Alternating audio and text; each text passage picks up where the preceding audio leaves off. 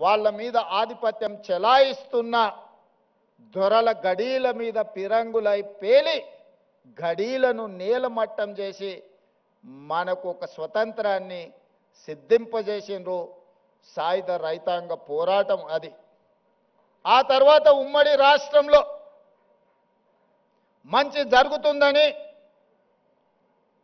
సామాజిక సమస్యలు పరిష్కారం అవుతాయని, తద్వారా మన జీవన ప్రమాణాలు పెరుగుతాయని 6 దశాబ్దాలు ఎదురు చూసినాం.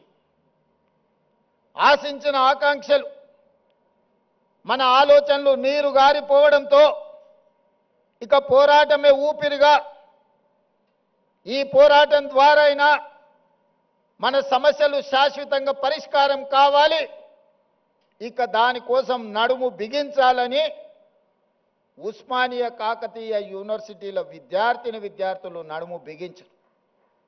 మొదటి దశ తెలంగాణ ఉద్యమం కావచ్చు, మలి దశ తెలంగాణ ఉద్యమం కావచ్చు. మొట్టమొదట దండకారణ్యంలో ఒక విప్లవం పుడితే, రెండవసారి నల్గొండ లాంటి జిల్లాలలో, గ్రామాలలో భూమి కోసం, భుక్తి కోసం, విముక్తి కోసం పోరాటాలు పుట్టినాయి. మూడవసారి ఈ ప్రజల గుండె చప్పుడు తెలంగాణకు గుండెకాయ లాంటి ఉస్మానియా యూనివర్సిటీ వేదిక మీద నుంచి ఇక్కడి విద్యార్థులే పోరాటానికి నడుము బిగించి మొదటి దశ తెలంగాణ ఉద్యమాన్ని ముందుకు నడిపించారు. ఆనాడు తెలంగాణ ఉద్యమ సమస్య శాశ్వత పరిష్కారం జరగకపోవడం వల్ల వందలాది మంది ఈ యూనివర్సిటీలో చదువుకున్న విద్యార్థులు అడవి బాట పట్టిర్రు, నక్సల్బరీ ఉద్యమాలను నడిపించారు. అందులో నుంచి పుట్టుకొచ్చిన వాళ్ళే గద్దరన్న లాంటి వాళ్ళు ఎంతోమంది ఈ సమాజానికి దిక్సూచులైన వాళ్ళే కాదు.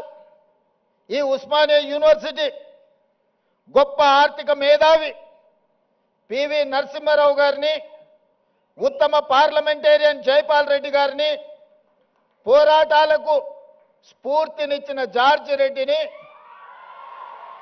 ప్రజా యుద్ధ నౌక గద్దరన్నను ఈ యూనివర్సిటీ మనకు ఒక గొప్ప వరంగా ఇచ్చింది.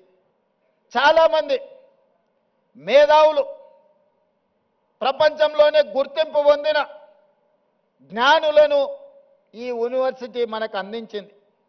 ఈ యూనివర్సిటీ మలిదశ తెలంగాణ ఉద్యమంలో మనల్ని అందరినీ ముందుకు నడిపింది. ఆనాడు